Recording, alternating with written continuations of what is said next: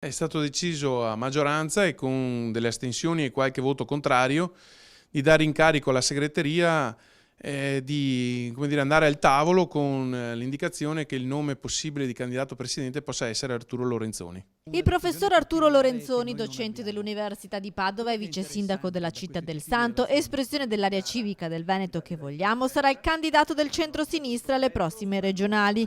Una sofferta e lunga direzione PD nella tarda notte di venerdì ha indicato il nome del candidato, 24 voti favorevoli, 5 contrari e 12 gli astenuti. Il punto fondamentale che io ho cercato di porre come attenzione è che un partito, dopo il momento delle riflessioni, dei dialoghi interni, debba saper prendere una decisione, altrimenti ci si incunea nell'ignavia politica. Si apre adesso un progetto di Veneto alternativo, in cui dentro a questo progetto il Partito Democratico svolgerà un ruolo principe e principale. Una discussione accesa tra le varie correnti del partito che però alla fine ha accantonato gli individualismi a favore di un progetto unitario. Fino alla fine però il consigliere regionale del PD Stefano Fracasso ha chiesto le primarie proponendo la sua autocandidatura. Tutti hanno riconosciuto il grande lavoro che Stefano Fracasso ha fatto in questi ultimi anni in regione.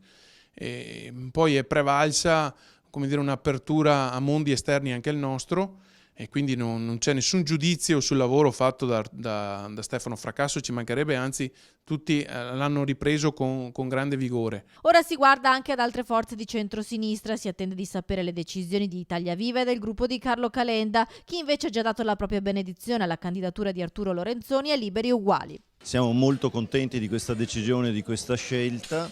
Finalmente c'è il candidato che contrasterà il candidato della Lega